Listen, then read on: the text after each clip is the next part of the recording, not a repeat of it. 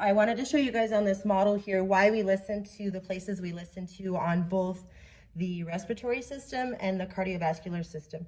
So this can kind of refer back to your anterior chest assessment. And I just wanted to show you anatomically why we do what we do.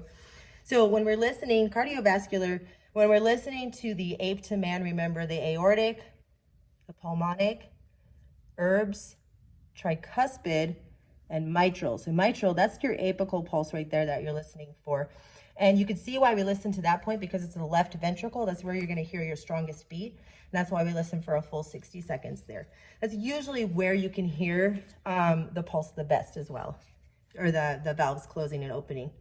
So the aortic, second intercostal space, right to the side of the sternum.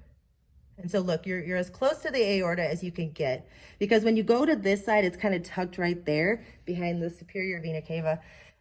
So we don't want to be listening over here for the aorta. We want to be listening over here, or the aortic valve.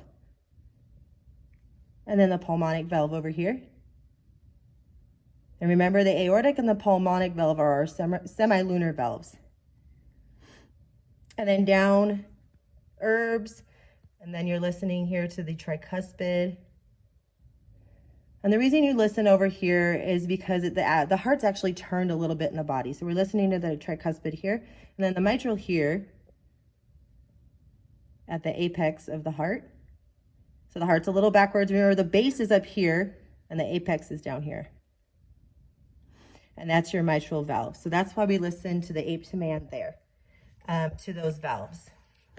So remember, the aortic and then the pulmonic are our semilunar valves that go out to the body, and then our mitral and tricuspid are the other valves that separate the atria and the ventricles.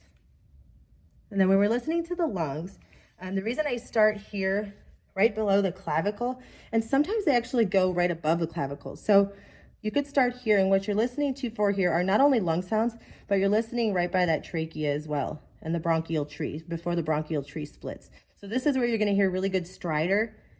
If the patient has stridor, usually you can hear stridor from across the room, but this is a good way to assess. Because sometimes it's hard to differentiate between stridor and wheezing. So stridor will be up here, wheezing will be actually in the lungs. Then you're going to listen, both sides bilaterally, moving systematically from side to side, comparing symmetry, all the way down to the base of the lungs, right over here. So that's the anterior chest assessment.